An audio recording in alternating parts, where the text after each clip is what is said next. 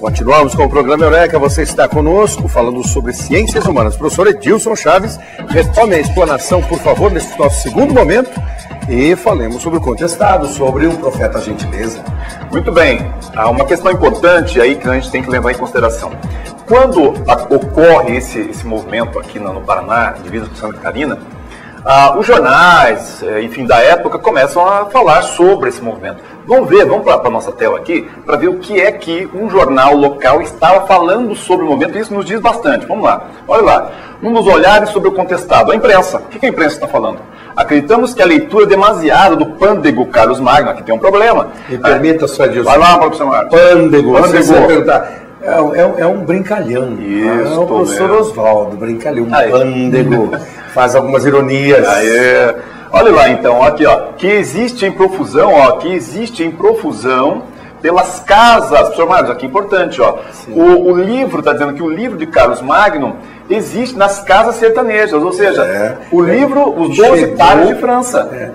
É um livro que, claro, não foi o Carlos Magno que escreveu, mas que foi, obviamente, um dos seus sobrinhos, segundo que consta a história. E quando ele escreve esse material, esse livro, ele publica lá na França e começa a correr. Como Carlos Magno é católico extremo e é inclusive reverenciado pela Igreja Católica, foi coroado pelo Papa, não é? No ano 800 já da era cristã, o que nós temos aqui? Nós temos uma questão muito importante. Eles estão dizendo que esses homens sertanejos estão lendo.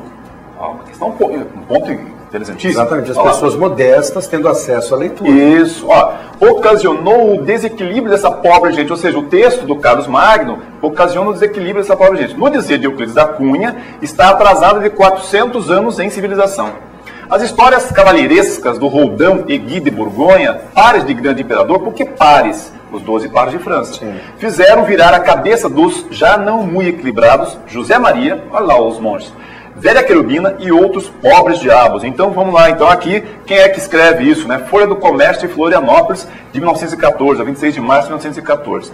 Logo adiante, nós temos uma questão importante que também lembra aí o porquê que esse movimento aqui no sul do Brasil tem toda a lembrança de um movimento messiânico. Aí um ponto importante, olha lá, ó. Esse movimento levava à frente, vocês vão ver um vídeo daqui a pouco, levava à frente o culto divino, a culto da bandeira do divino. E aí, eles diziam, aqui interessante, que havia a possibilidade, esses monges diziam, que havia a possibilidade de o início da terceira era ser justamente naquele momento. Ou seja, ser o momento da Guerra do Contestado. Por quê? Porque um dos homens de maior influência no século XI, que a gente vai ver ali daqui a pouco, ele escreve sobre esse tema. Dizia assim, a história para ele é dividida em 3 partes. A primeira é a Era do Pai, era do Antigo Testamento. A segunda é a Era do Filho, era do nascimento de Jesus, e a Era Cristã, a Era que ele estava vivendo, que é o século XI, a Era Medieval. E a terceira Era seria a Era do Futuro, a Era da vinda da Santíssima Trindade, que iria congregar todas as civilizações do mundo numa única civilização cristã. Isso era pregado não só pelos monges, mas também pelo contestado. Isso aí não aparece nos manuais didáticos, só aprofundando que a gente enxerga isso. Então, que monge é esse? Joaquim de Fiore, monge cistercense, né, calabrês, do século XI. Aí uma questão importante. No contestado também se misturava joaquiminismo, né, com o sebastianismo. O que é o sebastianismo? Também a ideia do advento de Dom Sebastião. Aí um ponto importante que as pessoas dizem assim, lá o conselheiro e também aqui os monges dizem que é importante o retorno da monarquia celeste. Todo mundo acha que eles querem que retorne a monarquia que acabou. Não era isso. A ideia era justamente a monarquia celeste, é o Divino Espírito Santo, é a Santíssima Trindade, é a ideia da congregação de todos os povos do nosso povo. Vai lá. A parte, Edilson, também, justamente é importante perceber o seguinte, é justamente isso que vai preocupar a nossa República, né? Essa questão do comentário do retorno da monarquia. uma república que estava se construindo, que estava se consolidando, e aparece um comentário a respeito do retorno de uma monarquia. Esse vai ser um dos fatores que vai levar até o próprio movimento da república contra o governo de Hermes da Fonseca, contra o contestado e antes dele o próprio Canudos. Isso mesmo. E aí, Oswaldo, a senha justamente para o professor Mocelin começar a sua discussão, nós vemos um pequeno fragmento de um vídeo daqui a pouco, para vocês verem como é uma representação da Guerra dos Pelados, um diretor curitibano, que mostra um pouco da ideia das bandeiras do cristianismo, bandeira cristã, levada à frente na Guerra do Contestado. Professor Marcos. Vamos então, por favor. Vamos lá, vamos ao vídeo, pequeno fragmento do vídeo. Guerra dos Pelados.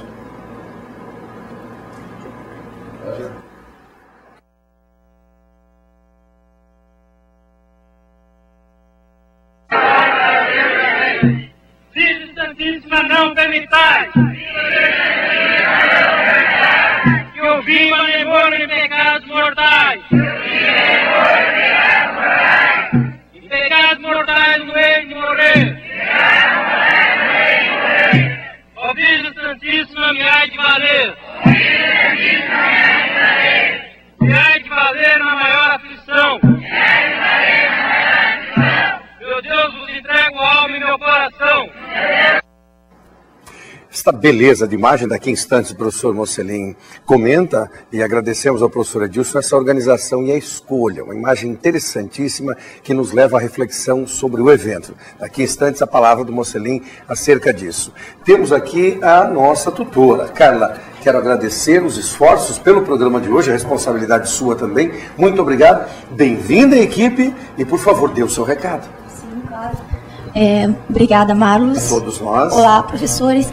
Queridos alunos, é o seguinte, nós estamos então em ativa com a tutoria do Eureka Ciências Humanas, das segundas e quintas às 8 ao meio-dia e nas terças e sextas das 14 às 18 horas. Isso. Né? Tire a sua dúvida, não leve ela junto com você para o seu vestibular, não vai fazer bem para você. Ligue e nos contatue. E é o seguinte, 0800 643 0007. Repita, Carla, por favor. 0800 643 0007. Ali na tela para nós. Segue na tela ali, opção 2, logo em seguida opção 4, perdão. Ou você também pode mandar um recadinho pra gente, seu e-mail, sua dúvida, através do nosso e-mail, que é o carla.crist@ifpr.edu.br. Tem sido uma boa experiência atuar, Carla? Tem sido gostoso? Tem sido um nervosismo tremendo, mas tem sido. Está estreando conosco, os colegas entendem. Então, falou em Ciências Humanas, Carla está conosco. Muito obrigado, professora Carla, por somar esses esforços. Okay. Vamos ao professor Mocelin? Vem para cá, Mocelin, a palavra é sua, meu amigo, por favor. Pois bem, a guerra sertaneja na região do Contestado, ela ocorreu por diversas razões. O Lércio vai falar que havia uma área em disputa entre o Paraná e Santa Catarina, uma área contestada, uma área de mais ou menos uns 48 mil quilômetros quadrados.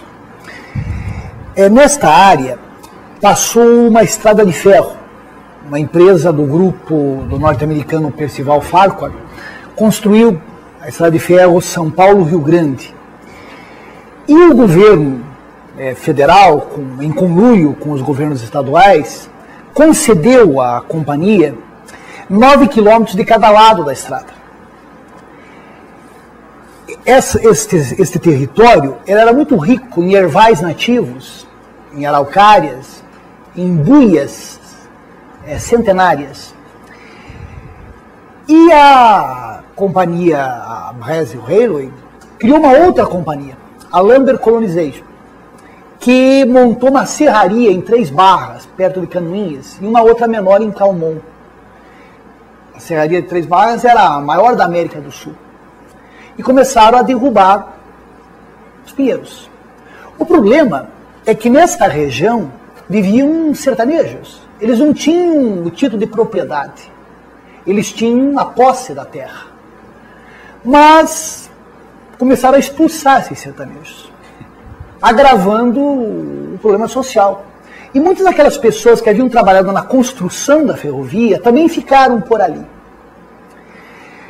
Os monges O monge José Maria, na verdade, ele se chamava Miguel Lucena Boaventura e tinha servido o exército. Uns dizem que tinha servido na polícia do Paraná. E vai ser chamado de doutor de tamanco. Ele fazia cura de tamanco. Ele receitava ervas medicinais e granjeou grande popularidade. Sim. Ele viveu ali naquela região de Curitibanos e um afluxo cada vez maior de pessoas em torno dele. E ele acabou se desentendendo disso com um coronel, com o manda-chuva da região, o coronel Francisco Albuquerque. E ele se retirou para a região dos Campos do Irani, no município de Palmas, em território paranaense. Quando a notícia chegou a Curitiba, os políticos oportunistas, não é normal. Não é normal. Só naquela época. Isso não é só coisa da época. Eles Só do século. viram Isso é uma coisa da época, acredito. a possibilidade de aparecer e começaram a dizer que por detrás do monge existiam manobras maquiavélicas do governo de Santa Catarina para ser apossado em território paranaense. E o regimento da Força Pública do Paraná, sob o comando do coronel João Alberto, foi enviado para a região dos Campos do Irani. O Maurício Vinhas de Queiroz, ele fez uma pesquisa extraordinária sobre a Guerra do Contestado, inclusive ele visitou a região do Contestado em 1953, 54, e entrevistou naquela época pessoas que realmente lutaram na Guerra do Contestado. E ele coloca bem no seu livro, Messianismo e Conflito Social, depois o Oswaldo vai falar a diferença entre milenarismo e messianismo, que o monge não queria briga. O monge queria algumas garantias. Mas o coronel João Galberto levava inclusive cordas, porque ele queria levar os fanáticos, como eles diziam, de lá daquela região, queriam trazê-los para Curitiba, amarrados. E ele levava uma metralhadora. E como dizia na linguagem da época, ele se divertia atorando as copadas dos pinheiros. Só atirando. Mas quando eles foram passar num córrego, como na linguagem da época, varar o córrego, um caboclo cutucou a mula, que corcoviou e derrubou a metralhadora na água. Mais tarde, quando foram que usar a metralhadora falhou. engasgou, não funcionou. E num lugar chamado Maiado Grande, o João Galberto não via a ordem entrar em ação. E houve um combate. E interessante que no combate do Irani morreu o monge José Maria e morreu também o João Galberto. Quando o João Galberto quis fugir, já tinham fugido com o cavalo dele. Ele ficou a pé. E os sertanejos o cercaram e o picaram, afatuaram. Vingaram. Agora, e daí? O monge morreu. Os sertanejos começaram a acreditar que ele ressuscitaria à frente, Edilson, de um exército encantado de São Sebastião. Daí é o retorno do São Sebastião. E eles vão se reunir em Taquarussu e o governo de Santa Catarina vai enviar tropas e vai desmantelar o reduto de Taquarussu. Eles se retiram para Caraguatá, então eles vão formando redutos. Sim. E o governo federal, era o presidente Hermes da Fonseca, enviou tropas federais para combater os sertanejos. E só para resumir, para o telespectador ter uma ideia do tempo, a guerra foi de 1912 até 1916. Que é o contexto da Primeira Guerra Mundial, inclusive, né? Exato. E usaram, Oswaldo e Dilson, Laércio, foi a primeira vez que no Brasil usaram aviões. 3 aviões foram enviados para aquela região de Nova Vitória. 2 chegaram a ser usados para observarem os redutos. E houve um acidente. O tenente João Kirk, que observava... Nada de Jornada nas Estrelas. Não seria James. E ele foi querer, teve um problema mecânico, ele foi querer aterrissar, assim, havia um espaço aberto, mas ele acabou batendo contra um pinheiro Pinheiro não saiu da frente. E veio a falecer. Mas então usaram aviões para observarem... Em Palmas tem um monumento em relação. Sim, tem onde ele morreu, né, onde o João Kirk morreu. E só para eu ter uma ideia, os sertanejos, eles tinham armas rudimentares. Sim. Mas eles eram ótimos guerrilheiros. Aí se repete, me permite, Mocelin? Me parece, assim, na minha modesta avaliação, olhando do ponto de vista literário, repetisse o que aconteceu no Arraial de Canudos. Repetisse a modéstia de enfrentar armas, enfrentar a metralhadora com foices, facões. E aqui era mais fácil, porque também eles podiam se esconder nas florestas e eles atacavam só quando realmente com condições. Isso que o Marcos está falando, que se atacava com foices e facões, tem que ver que era um facão feito de madeira. O caboclo, o herbateiro, só com braços muito fortes para subir numa árvore, a erva nativa era muito alta e sempre escalando aquela árvore. Com um facão de madeira, ele tinha uma habilidade muito grande. Ia vir um soldado com a sua espada de metal, tomava show e perdia feio na disputa. Então, é interessante esse detalhe de um soldado armado com uma espada de metal perder para um soldado caboclo que estava usando um facão de madeira, porque eles não tinham dinheiro para comprar. Aliás, se colocava de herança, quem tinha um machado, quem tinha foice, ou quem tinha um facão de metal, se colocava no testamento o quão caro custava isso. Naquela época não era coisa simples. Você encontra em museus, tanto no Museu Paranaense, essa questão da metralhadora, você encontra alguns desses facões para você observar como era complicado a luta nesse momento. Mas aí, Mocelin, se você me permite, vale a pena chamar a atenção também, porque quando isso eu falo com base em algumas fontes que foram revistas há pouco tempo. Quando os sertanejos começaram a observar a chegada de aviões passando, sobrevoando a área deles, o avião com aquela feição de uma cruz, logo identificaram. Possivelmente é realmente a terceira era iniciando.